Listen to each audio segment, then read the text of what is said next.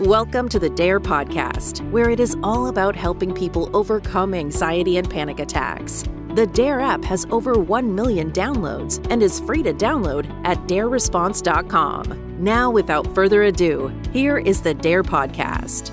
Hi, everyone. For anybody who doesn't know me, my name is Michelle Cavanaugh. I'm one of the coaches here at Dare. Aida Beco is our other coach. She'll be joining us. And here it comes Aida. Hello. Hello, Michelle. Hi, can you hear me? Hi, yes. Hey, Michelle. Good to see you. Yeah, good to see you. How are things? Good. On your side? Fabulous. We haven't seen each other in ages. I know. Right? I know. Even off the Dare calls, I haven't seen you. We have to catch up. Yes, definitely. So good to see you. Good to see everybody. Hello. Yeah, a lot of people are saying hi all around the world. A bunch of new people today, which is so nice. Oh, awesome. So, Michelle, do you have the questions before you? Should we just jump right in? Yeah. You want me to read them off? Do you have them too? I have them too here. Yes. Okay, here we go. Question number 1. What is one way to stop being anxious about being anxious after panic attacks? I was so anxious for a week. It literally put me on the couch. I couldn't move.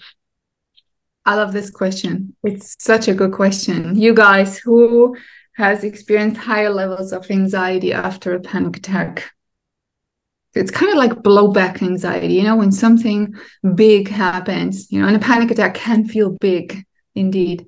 Yes, a lot of people, right? Or when you've been pushing out and have been doing something really scary. Always, exactly.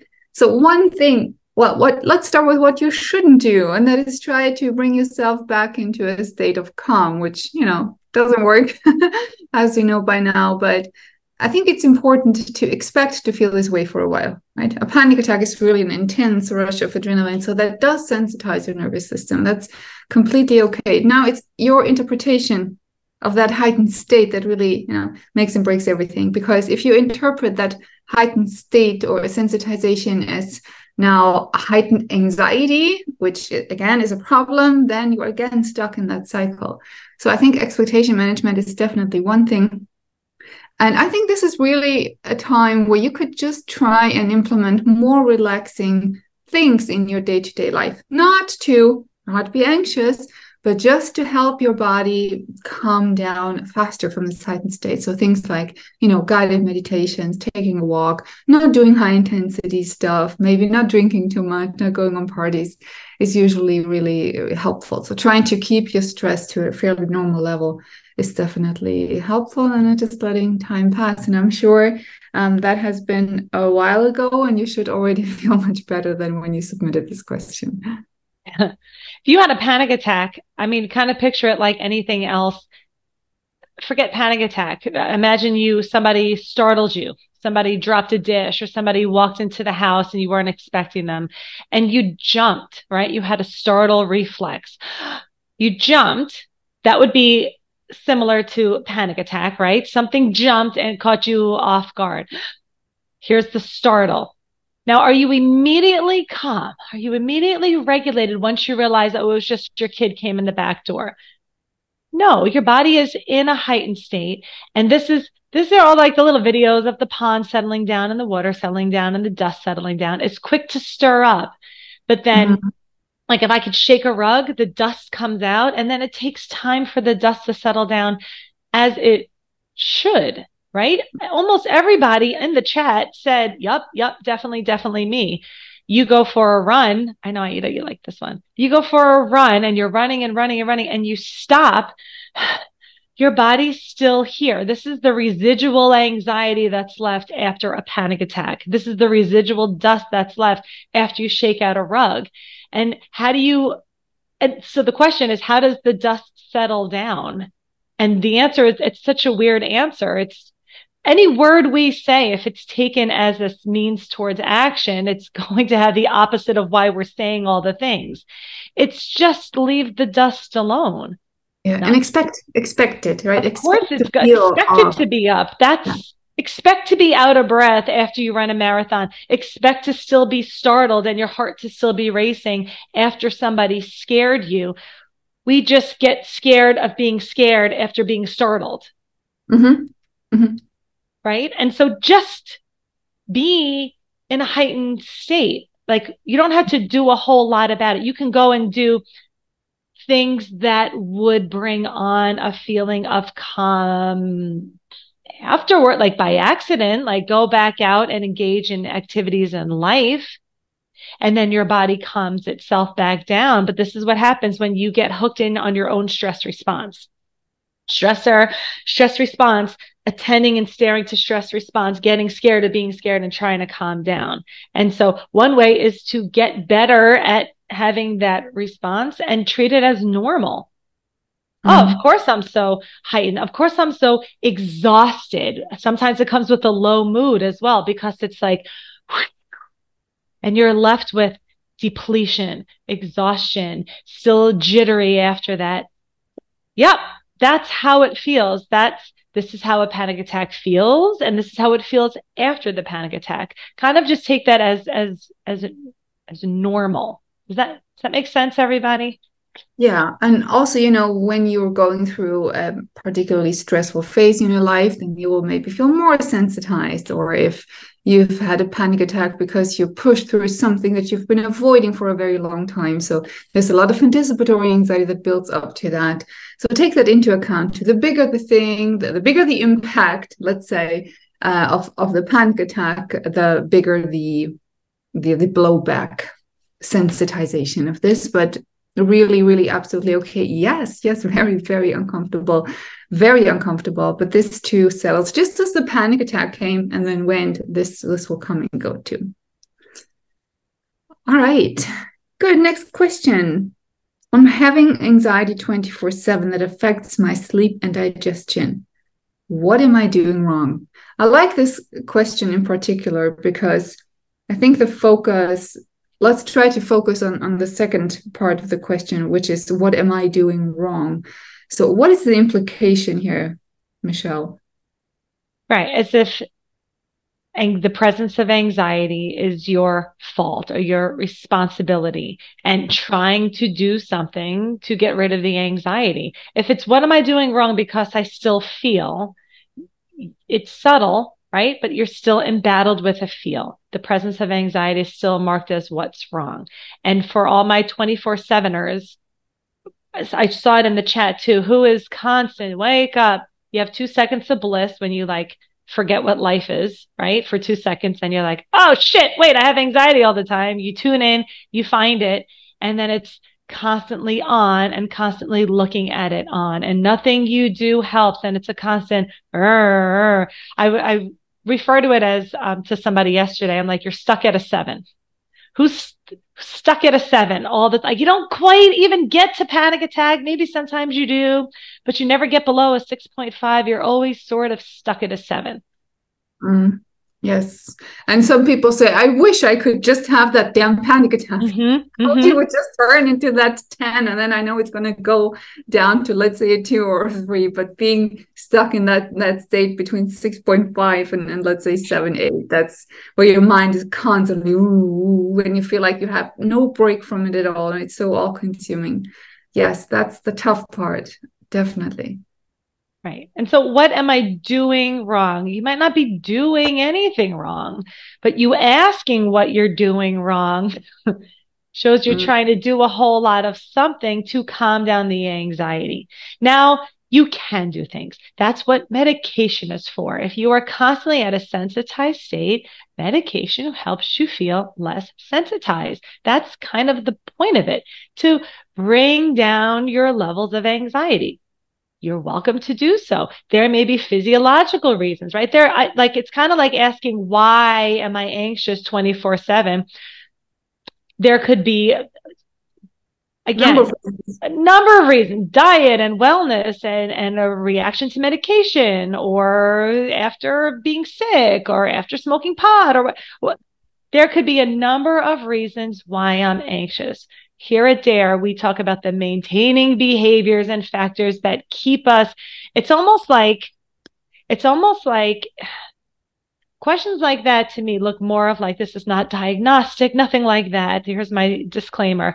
It's almost like a lot of these anxiety questions really take the form of how the OCD template sort of works, where anxiety becomes the O. And all of our behaviors and involvement and rumination are like the C to this O.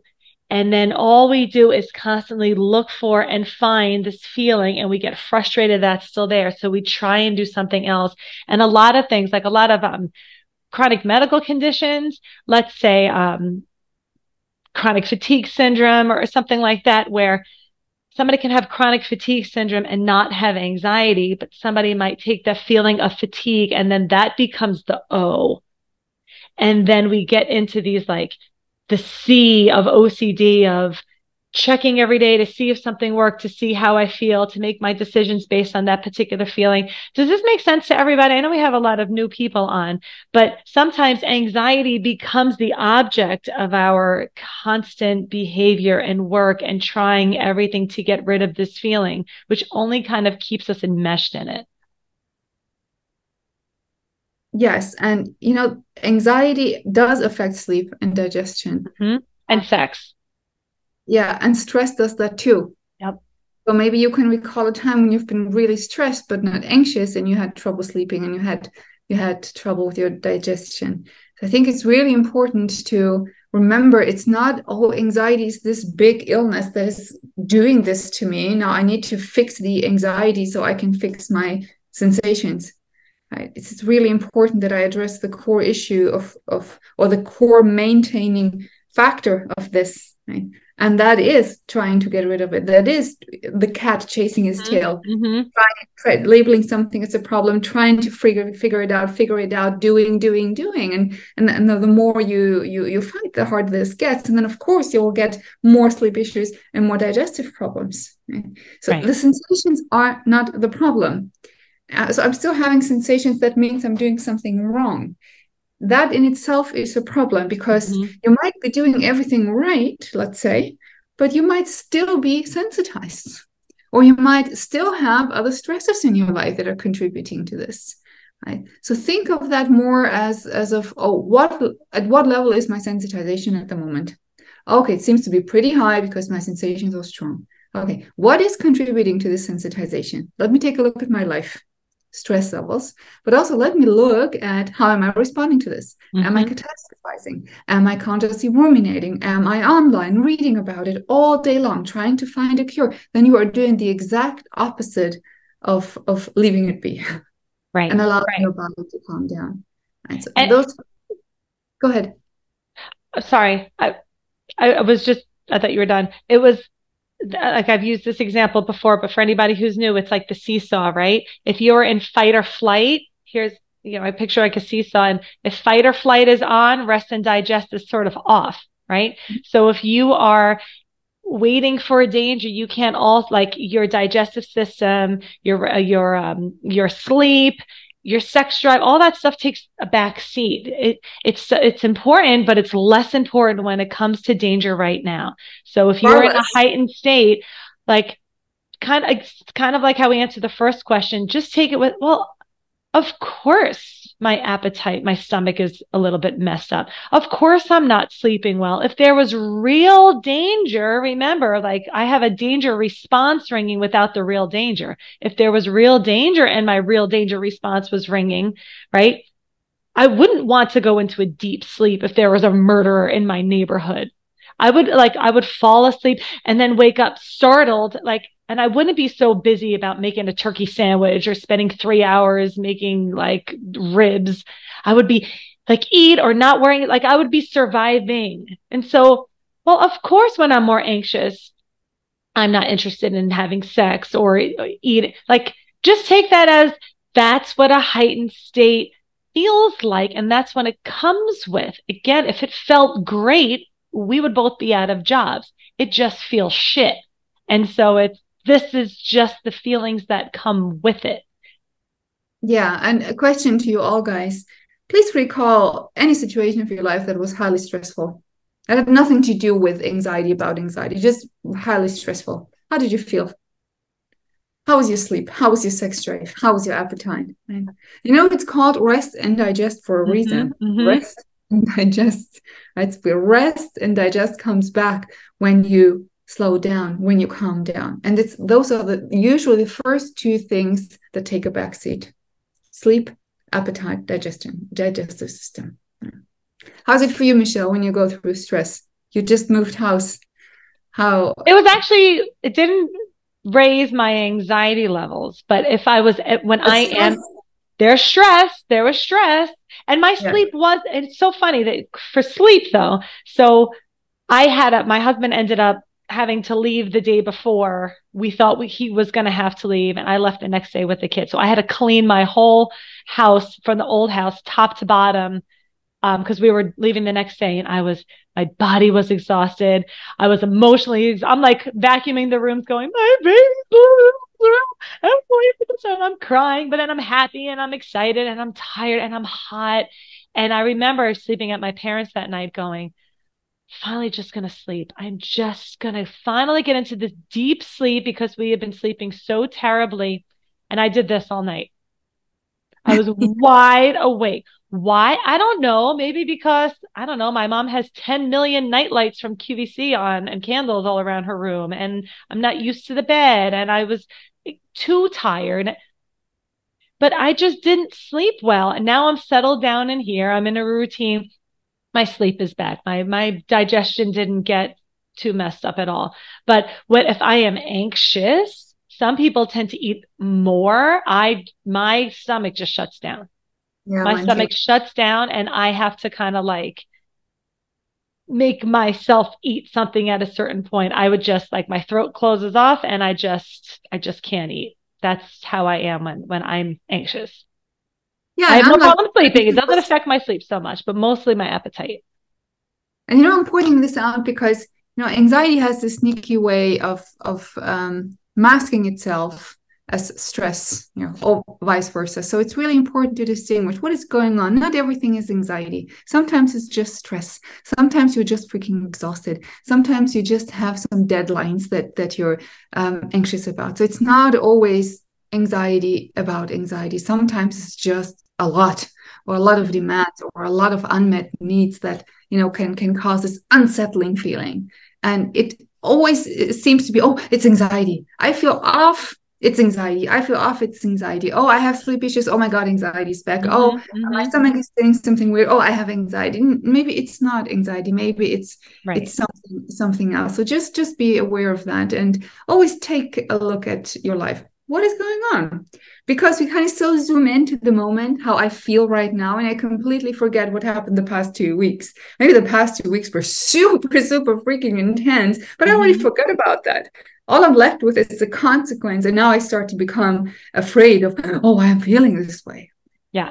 Or somebody's sick in the hospital and now I'm so anxious and I'm checking my heart rate and I'm checking. Well, also, right. Anxiety has a nice way also of showing up being a nice distractor of, somebody's sick in the hospital. That's the stressor. Here's your stress response. And now I'm over involved in my stress response, surviving through my stress response, as opposed to, of course, my stress response is up. Somebody is sick in the hospital. There is uncertainty. I am sad. I am worried about this stressor. Of course. And then this is what you treat a little kinder, a little more gently. You don't have to have all eyes on your own stress response. Your stress response showed up for you to have all eyes on whatever the identified stressor is. And so that's why it's be where you are. Be in a heightened state. I'll say sometimes if we had to get rid of the word anxiety, if we just banished it from the dictionary, pick another word,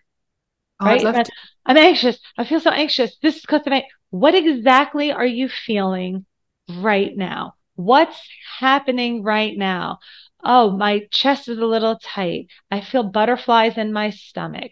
I'm feeling kind of sad. Oh, I've been thinking about these memories for the last few days. Oh, something's going on in our relationship. Oh, something's up with school. And guys, it's anything. And just being aware of the different things my body does. We don't have to always attach it to a diagnosis, right? It can just be a fluctuating feeling. Yes. And I wish the definition of it would be anxiety is a feeling that is a result of failed attempts to control things that you can't, because that's really what it is. right? So there's this misinterpretation going. Let's say, oh, my heart skipped a beat, and my interpretation is, oh my God, I'm having a heart attack. So that's a stressor. My stress response then is like, oh my God, you have a problem? Well, get yourself to the hospital. But now instead of attending to that, I'm like, oh yeah, oh my God. And I'm afraid of that. And because this is just in my head, I can't do nothing about it. I cannot control my heart, but I want to, and I try, and I try, and I try. And because I fail at controlling over and over and over, that creates that feeling of anxiety. You could also call it helplessness or incompetence. And many people report, I feel so lost in this. I feel so small. It robs me of all my confidence. Why is that? Why don't you feel confident anymore? Why don't you feel competent anymore? Although you are a very competent person. Why? Because you are failing over and over, over and over at trying to control something. So yes, at some point you are going to start to feel like a failure.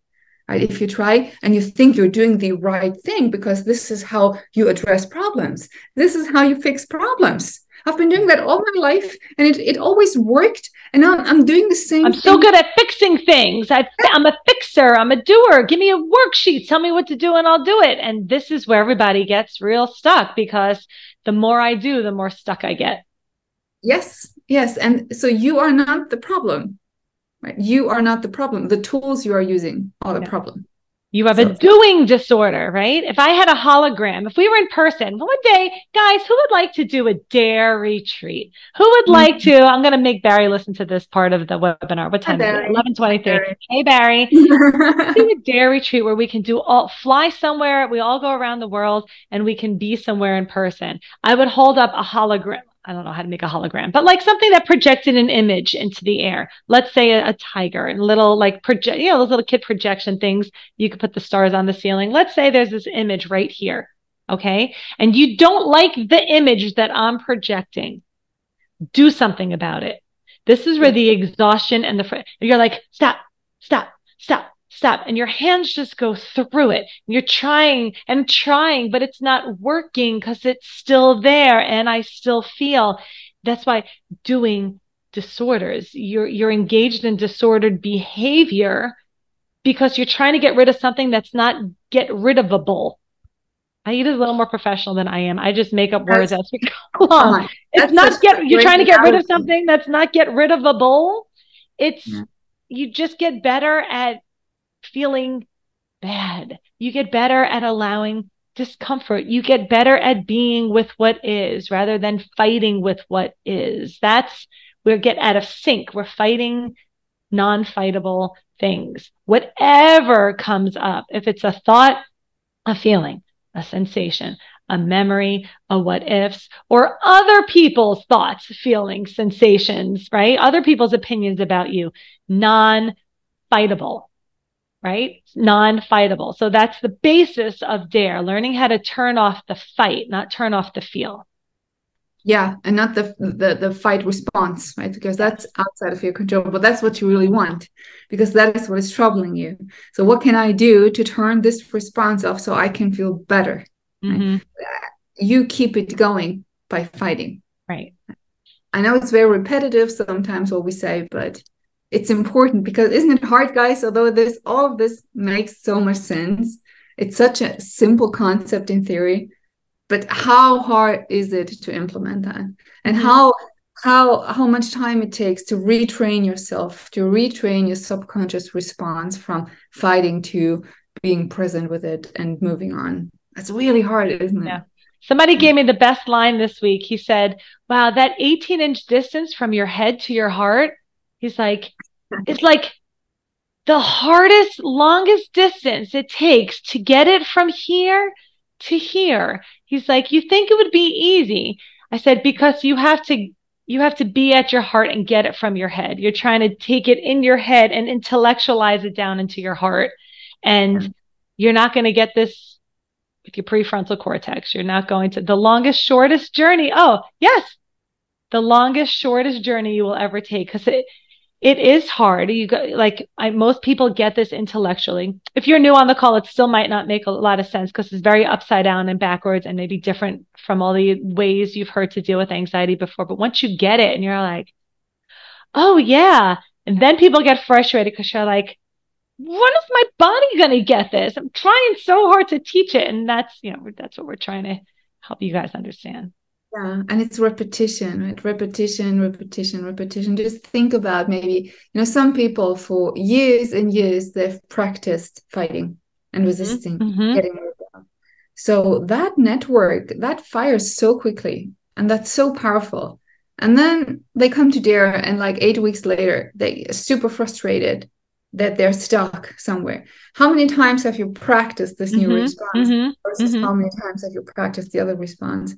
Like, that's a mountain, freaking mountain. And that's a tiny, tiny, tiny root that starts to grow there. It takes time and it takes repetition. So whenever you notice you feel frustrated about your progress, or whenever a new sensation comes up that starts to scare you, always tell yourself, oh, fantastic. Now I can practice. Now I can make this new response grow and make it grow much bigger than this mountain here. And if I stop using this response, eventually it will stop growing, but this one will grow. So it's really true. Every new sensation, every setback, every situation that frightens you is a chance to practice, and it gets somewhere. All right. Question number 3. How would you recommend doing exposure for intrusive thoughts of hurting my child? And I'm afraid to be alone with my child. So anybody here? And if you guys see, I try and post tons and tons and tons of things about thoughts and intrusive thoughts. It's nice that it's finally being spoken about, but maybe the last 7 years, 10 years, you didn't hear, it was all whispered, quiet.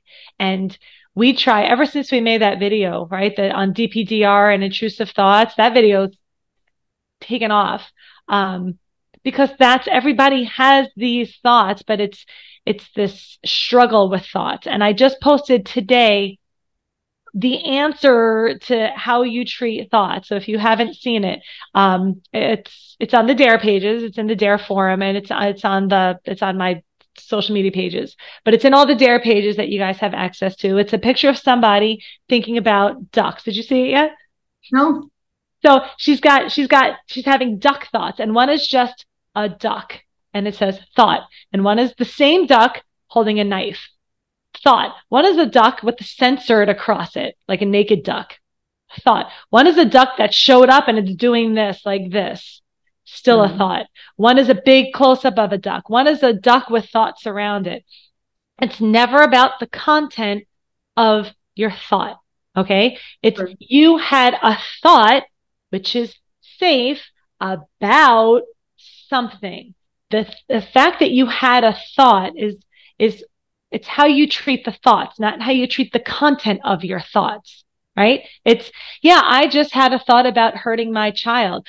That thought bothers me. In that post, I just show the picture of the woman and the thoughts. I didn't show the bothered feeling that comes up, because if you had thoughts that came paired with a pleasant feeling, you kind of leave those thoughts alone. That thought bothers me. I don't want to hurt my kids. That bothers me. What's wrong with me? I better do something to make sure I don't turn into a murderer. And so then you take action. You probably are trying to not be alone with your child. Now you are keeping yourself and your child safe because you had thoughts you didn't like. That's the disordered piece. Not that you had that thought. I am an open book. You guys have seen my past posts and all my thoughts. I put them out on paper just to let you know, having thoughts about anything you want is safe. And part of that post I said, and tell your kids it's safe to have thoughts. They can have any thoughts they want. They don't mean anything about them as a person. It doesn't make them a good person. It doesn't mean they're going to turn into a murderer. It's not going to make you go crazy. It's not a prediction of the future. Anything past the period is the problem. I noticed I had a thought about hurting my kid today. Yup, period. Anything past the period is the problem. Yes. In Dare Academy, we used the example with the woman who watches a crime series where somebody kills their siblings. And then she's like, Yeah, my sister, I don't like her. Look at what she did to me at the last family dinner. How could you embarrass me like that? What was if I were to kill her? Mhm. It's just a brief moment, right? But then it's like, shrug it off and move on. So it's just this association. That person killed their sister or brother. Oh, I have a sister and a brother, and I don't like my sister. Like they didn't like their sister. So they killed their sister. What if I were to do it? No, not worth it. Done. But Mhm. they don't get shocked just because they had that thought, although the thought was the same, right? Killing somebody I love, which, oh my God, I would never do that. Why would I think such a thing? But in the context of watching this series and making this comparison and having these associations, I don't find anything negative or scary about it. And so that's normal. The Mhm. problem becomes when you're like, yeah, that might happen. That might happen. I might lose control over my senses. And why Mhm. would you do that? Oh, because normal people don't have such thoughts. You see? Mhm. And that is the Mhm. problem. That is the misconception because nobody likes to talk about that stuff. It's still this big pathology. If you have thoughts like that about somebody you love, that means something is really wrong with you. Mhm. Really, Mhm. really wrong. That's an And intrusive thought, and that's a sign of an anxiety disorder. Nope. yeah. And you will know, you can only manage an anxiety disorder, Michelle. Don't forget that. Now you But have here's that. 12 coping mechanisms on how to get through thoughts. See, guys, this is not what we do. It's, No. oh yeah, I can have that thought. I can have 10 other shittier thoughts.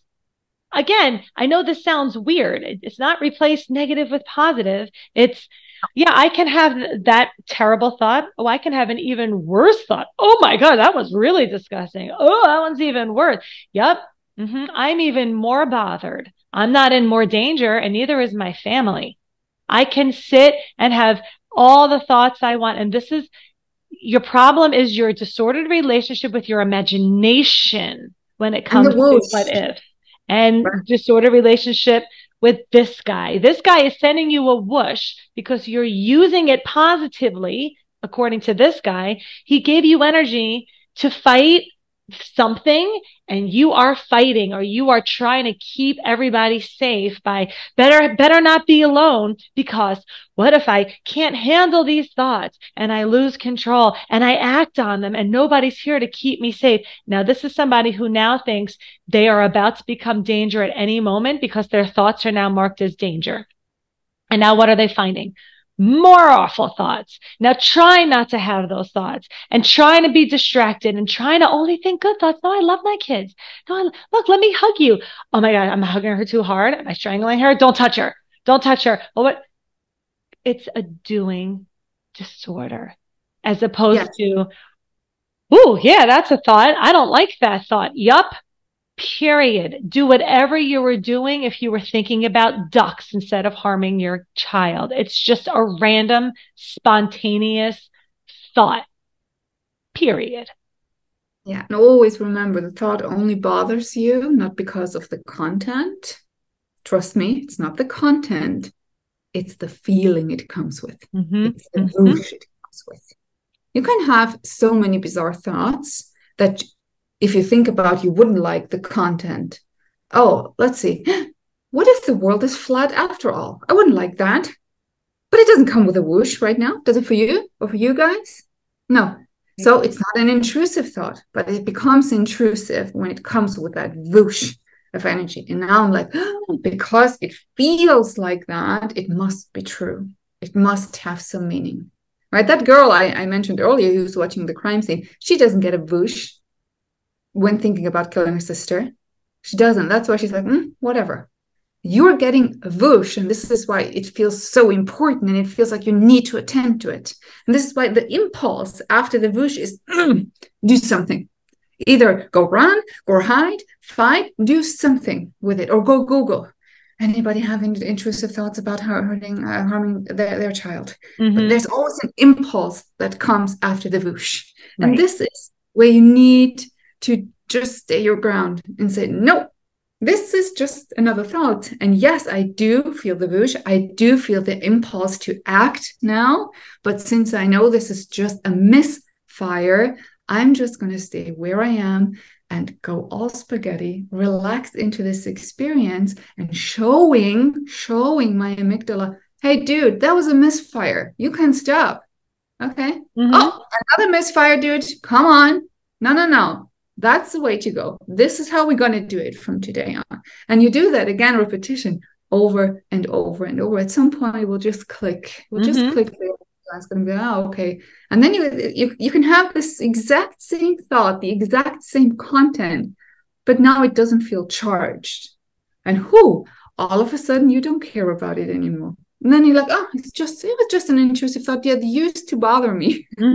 I'll throw in one thing there, right in that spot, for anybody, just trying to preempt somebody booking a one-to-one call thinking that now that's problematic. I'll get calls on, I had these thoughts of hurting my kids and I was so scared. And scared is what kept me from hurting my kids, from acting on the thoughts. And now that I'm not scared, that scared me.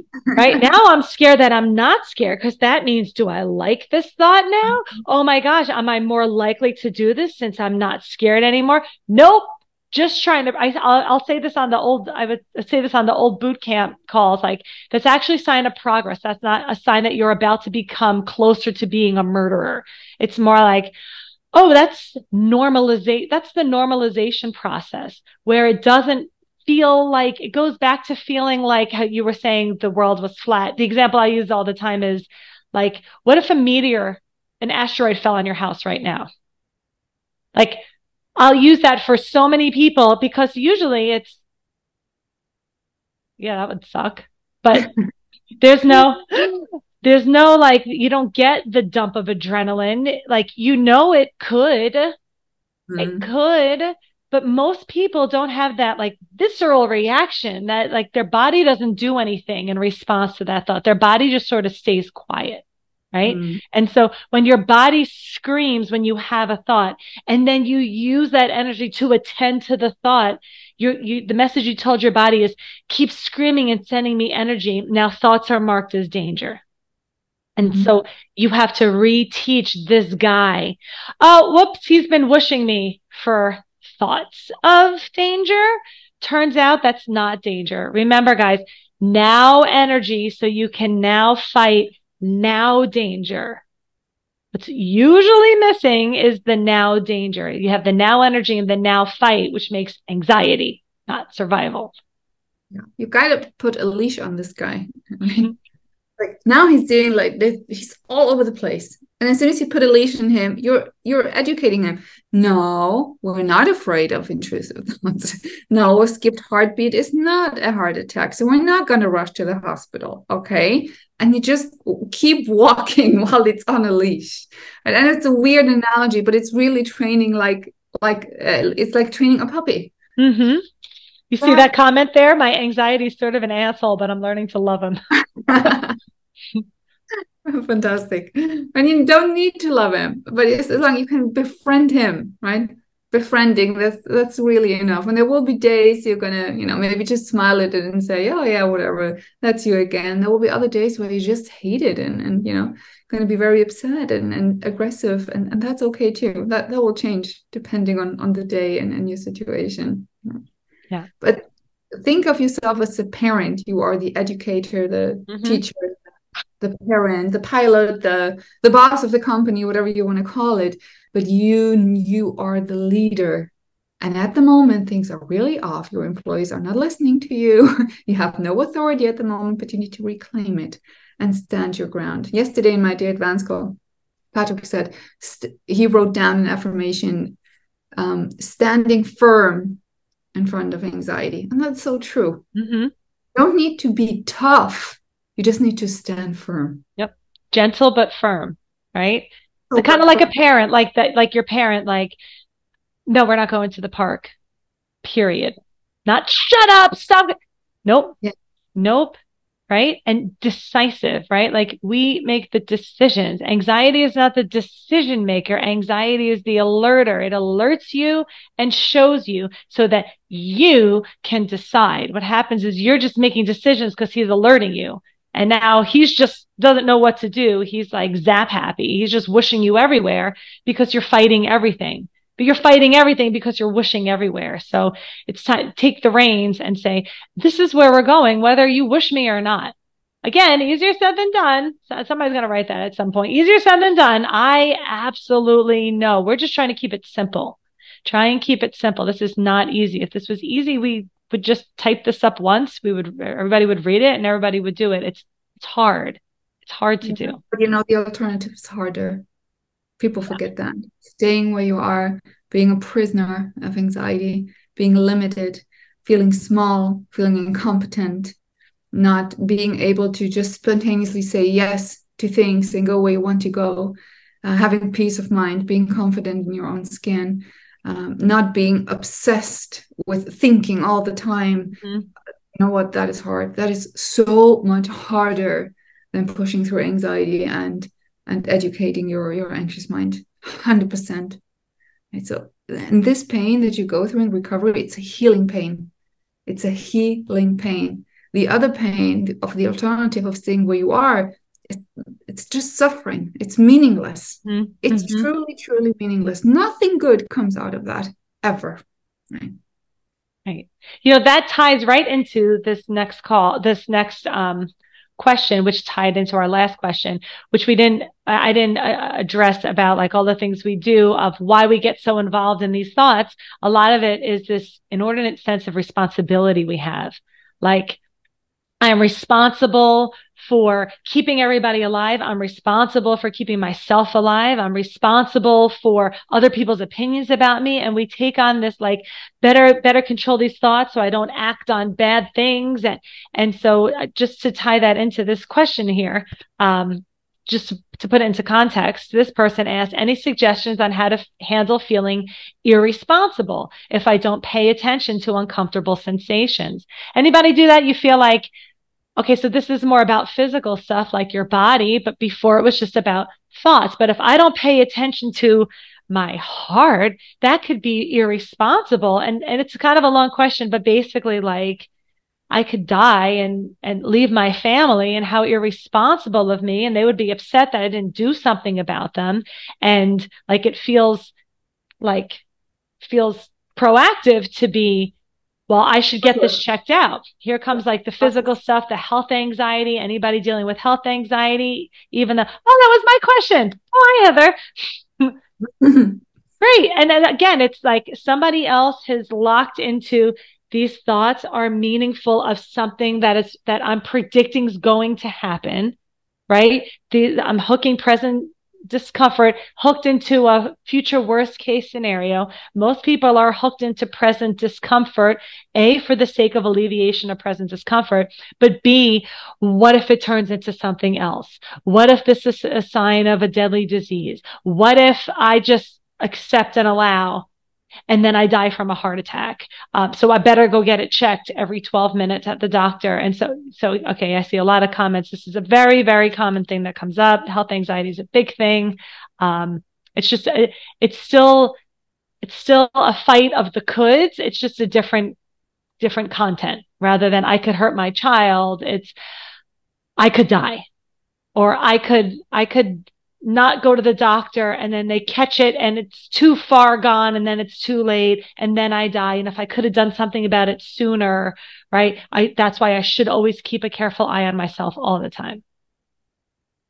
Sound familiar to a lot of people on the chat? I would assume. Yeah.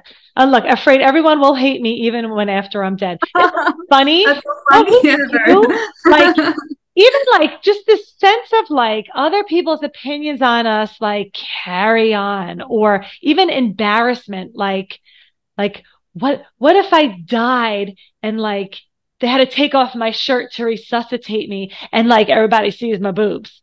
But like, if you played that out, you would actually be dead and you wouldn't be embarrassed. Like you would, but like you're now like pre-embarrassed. You're like conjuring up. Oh, here, I had that thought too, Michelle. They're just thoughts. They're just normal thoughts. And you're like, and it starts with, oh, imagine. And now I'm like sitting out there, and I know this bra is like 17 years old, and it's like I'm all messed up. And like, Now you're feeling the feeling of embarrassment, imagining that scenario and trying to prevent that scenario to try and alleviate your present embarrassment or to try and make sure it doesn't happen. It's punching the hologram. It's the same thing. It's the same thing. It's just a different sort of thing. Somebody's trying to not kill their kid who's not killing their kid. You're trying to not die by staring at uncomfortable body fluctuation. And somebody just wrote, such an exhausting way to live. Right. Because that's not living. That's surviving. You're stuck in survival mode and it is exhausting. Yeah. But Heather, I just want to add, you seem like a very fun person to be around. That's so funny. Yeah, great. Did we answer that question? Heather, what do you think? You see how it's kind of, okay, yeah, so helpful. Great, good. It's the same. It doesn't matter really the content of what you're fighting. Notice, am I fighting a non-tangible thing? Notice if I'm trying to prevent something in the future. Notice if I'm fighting something that already happened in the past. Or like we can ruminate about the what ifs. We can ruminate about the what was or what could have if it was different. It's this action that happens here that's more of the problem than what this action is hooked to. We can hook this action to our body. We can hook this action to our mind. Hook this action to, what if I develop schizophrenia? Somebody posted something about like fear of mental illness. It's the same thing. Notice if it's a what if. Notice if it's a could. Notice if you are just constantly taking the present discomfort and turning that into the O and spending your day overly involved in doing something to try and get rid of this thing that's here. And if your actions don't change what's present, we're here to help you change your actions, not what's present. I mean, did I miss anything? No, that was perfect. And, for me, sometimes I've noticed, so my thing was mental health anxiety, like, oh God, what if I lose control? What if I, blah, blah, blah, blah, all these things. So that was the big thing. After that, what I've noticed is more, what is this pimple? How long has it been there? What's this rash? Oh my God, this could turn into something really big. So I get the thoughts and I get the bush and I notice the impulse. Oh, let me go and check this out. Let me go and check this out. And I still have that. And I wouldn't say changed in its intensity. And so when something unusual happens, my brain will go, oh my God, let's look at that. It's intense. And the impulse to act is intense. But what is very different is I'm like, nah, I'm not doing that today. Maybe tomorrow. Let's see. I'm going to wait 3 days. If it doesn't settle in 3 days, then I'm going to take another look. But no, I'm going to leave this alone. And it's my reaction to that settles. The initial sensitization in the bush. It would be so easy for me to fall back into the spiral by, oh my God, let's Google this up. Let's compare pictures. Has it grown at all? Why did this happen? Let's go to the doctor. Done. It would feel so good to do that in that moment. Remember that, guys. Following up on this impulse. Feels so useful, right? I'm doing a lot to help me keep myself alive because your body puts you into a state of action and then you take action and it feels like, that energy, I'm doing something useful and practical. And if you are, sure, keep doing it, but no, is what I'm doing useful? Is this practical? Am I solving a problem? Am I curing cancer? Am I helping? Am I doing something that I can actually see a change? Or I really just notice my doing is somewhat alleviating my anxiety a little bit, but when I stop, the anxiety comes back because here is the uncertainty again. Control, vulnerability, uncertainty. Those are our 3 areas that kind of get us stuck in there. I can't control this. I can't control this spot, but I'm going to get into controlling behaviors of Googling and researching and analyzing because we tend to be really good at doing. So I'm going to go in doing mode to solve the problem. Unless you are a dermatologist performing surgery on yourself, you're not solving any problems. You're really just driven by your anxiety. It's kind of no different than, let's say me, I would be more of like I feel trapped and I would get that whoosh and feels like I need to leave right now. And I'm just leaving because of the energy. If I didn't have that energy, I would just stay there. right? If you didn't have that energy, you'd be like, oh, that's weird. I'm going to write that down and tell my dermatologist, I'm going to show him that picture when we go there next month. But I'm using this energy, and I'm driven by this energy to do. See, doing. But where does the doing end? Like, what are you doing and why are you doing it? If you can answer that question, great. But if you're looking for, I just need to know for sure. Good luck. To feel good. Right. I just need to feel better. If you are looking something up to know for sure, like, what was the 12th president of the United States? Oh, that bothers me. Oh, I can find a fact. If you're searching for a fact, good, find the fact. Oh, what's that guy's middle name? Oh, yeah, that's his middle name. But if it's, when will it end? When does this get better? Why did I feel this weird feeling 12 days ago that lasted for 10 seconds? Most of those answers you won't find except in the answer of, I don't know. And that is acceptance of uncertainty. When you start answering the I don't knows with, I don't know, period. And I'm not going to do something about this, right? I don't know, and it's okay. You know, and we're pointing all these examples from our personal life out because we want you to notice patterns. And as soon as you notice and understand patterns, you can free yourself of them. So pattern, trigger. Interpretation. Oh my God, usually something like a worst case scenario. Stress response, ding, ding, ding, alarm. Now I feel hyper. Then comes the impulse to do something, right? And then I go and do something to prevent that worst case scenario from happening. But of course, that doesn't work. So I fail at this over, and then I try harder and harder, and I fail and I fail and I fail. And the more I exhaust myself, the more anxiety I get because I'm labeling something as a problem that is not a problem. My body's sending me more and more. So I get more of the sensations, more of the thoughts, more impulses to act on them, and more failed attempts, and therefore more anxiety. Could be stuck here or here or here. But wherever you are, notice. Every time you notice, I feel off and I want to do something, I'm driven by anxiety. What happened? What just happened? Oh, there was this trigger. Oh, now I feel like that. And now I want to do this. Oh, what's going to happen then? Oh, right. What happened the last time? So you know what? No, not going to do that. And if you approach it this way, you will get much, much better at identifying where you are in that cycle, what is going on, and to remove yourself from it. Right? And you could replace Michelle's example and my example with every example of you guys. Don't get caught in the content. Like, I'll have people call me and say, well, Aida was booked, but I know she dealt with the mental health thing and you didn't, but I don't know if you had the stomach thing, Michelle, and the trap thing. So that's why I didn't call Aida. Like, it really doesn't matter what it hooks to. If this guy has hooked fear, again, when it's working perfectly, his job is to imprint fear into danger. And so when you see, it's like this natural instinctual thing we're born with. So when you see bears, we're instinctually scared. So fear sort of has a way of imprinting itself to danger. This guy has imprinted itself to misinterpreted danger.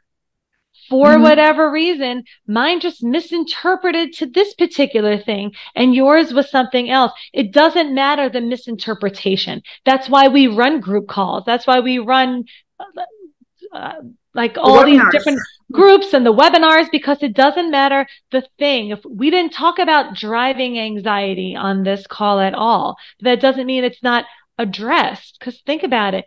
My alarm now suddenly misinterpreted feeling a feeling while I'm driving as dangerous. So now here's fear for driving. Here's fear to prevent crazy. How's Aida going to prevent crazy? She's going to find all the biased versions of crazy there are in our head. So she's not going to be staring at her knees all day long, right? Oh my God, my knees feel weird. That might make me crazy. No, somebody who's worried about going crazy is going to be here. How connected do I feel? How detached do I feel? What are those thoughts? That feels weird. What's my relationship with people around me, right? Looking for crazy. It's like fear is like a plug, and it plugs perfectly into danger. It's made for fear. Fear and danger plug in together. But fear shows up and we're handed a plug. We're like, fuck, am I supposed to do this? I gotta plug this in somewhere. And so we like kind of go looking for danger. And then we find someplace, well, I felt like I was going to throw up. Oh, but I fought it and I didn't throw up.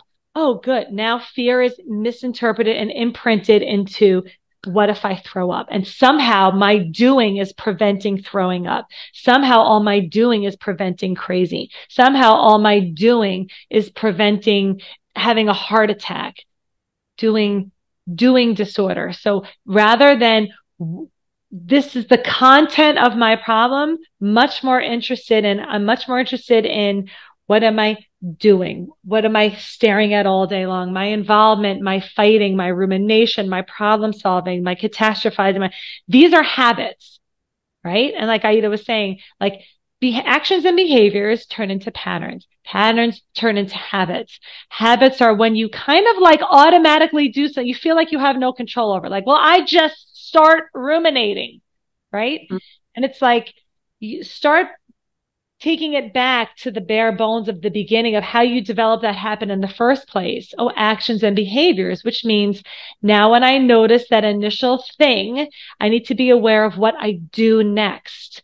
And then I can replace that old action with a different action and behavior. I can treat that thought differently, not replace thoughts, not get rid of feelings, but I can treat what's happening differently. Dare response, right? How I respond, not the dare elimination method. It's how I respond to my thoughts. I've developed a disordered response to my thoughts. I developed a disordered response to physical discomfort. And now dare is to help you change that response.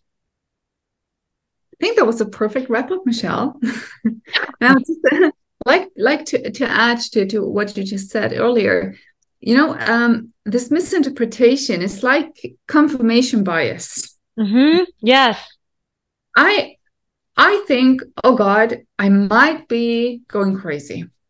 So the moment I think that and believe that could be true, it's like I'm sending out my hunt dog for signs that this is happening. And so now all my inner scanners are trying to find evidence that, yeah, I'm going crazy. So now I start to monitor everything. What am I thinking? How much am I thinking? How fast are my thoughts coming and going? Do I feel I'm looking at the same person when I look in the mirror? What feels off? How connected do I feel to myself or to other people? How am I talking? How's the sound of my voice right there? How is my memory, my cognitive function? So all of that rumination, right? That being stuck in your head is really your hunt dog being out trying to find evidence that, yeah, you might be going crazy. And that's the power of misinterpretation. That's why, going back to that cycle that I mentioned earlier, trigger, interpretation, stress response. Diffuse is really about changing that misinterpretation. Oh, God, heart attack. Now you diffuse. Oh, no, come on, dude. That's just another skipped heartbeat. I had like 1,000 of them. I would be dead by now. Okay. That's diffuse. And that diffuse helps to calm the stress response a little bit. It might still ignite, and you will still be left with that feeling of, anxiety or panic, but it will be much, much less than if you don't diffuse, right, in that cycle. So where was I trying to go with that? I don't know. I lost my train of thought. But anyway, bottom line is confirmation bias, right? When you notice you're ruminating and you're so stuck in your head, think about why. What is going on at the moment? What kind of misconception are you carrying that is contributing to this? And just to wrap up, I just wanted to add, because a bunch of people have been asking about Dare Academy. I came in on here, a few messages in the email and customer service. So just to briefly mention, Dare Academy is sort of like, we were looking too much like we had a boot camp here and a Dare Advance here and a this. So we've kind of condensed our coaching program into like one solidified program where you come in, there's a clear beginning, there's sort of a clear end to the clinical aspects of it, and then it ends with like peer support. So does anybody need to do this? Are we holding back information here that we're only saving for Dare Academy? Absolutely not. Absolutely not. But if it's for people who want more of a sense of community, maybe might do well in a group setting, like the idea of structure and having like group calls to go to, like having things where I can like help me hold myself accountable. So it's kind of over a few month process where you have a month with Aida doing the first stage, which is a lot of acquiring information and how all of this works, right? And then you move down higher level of clinical involvement, although we're not therapists and we're helping you with coaching, and this is not to be looked at as therapy. There's my disclaimer. Okay.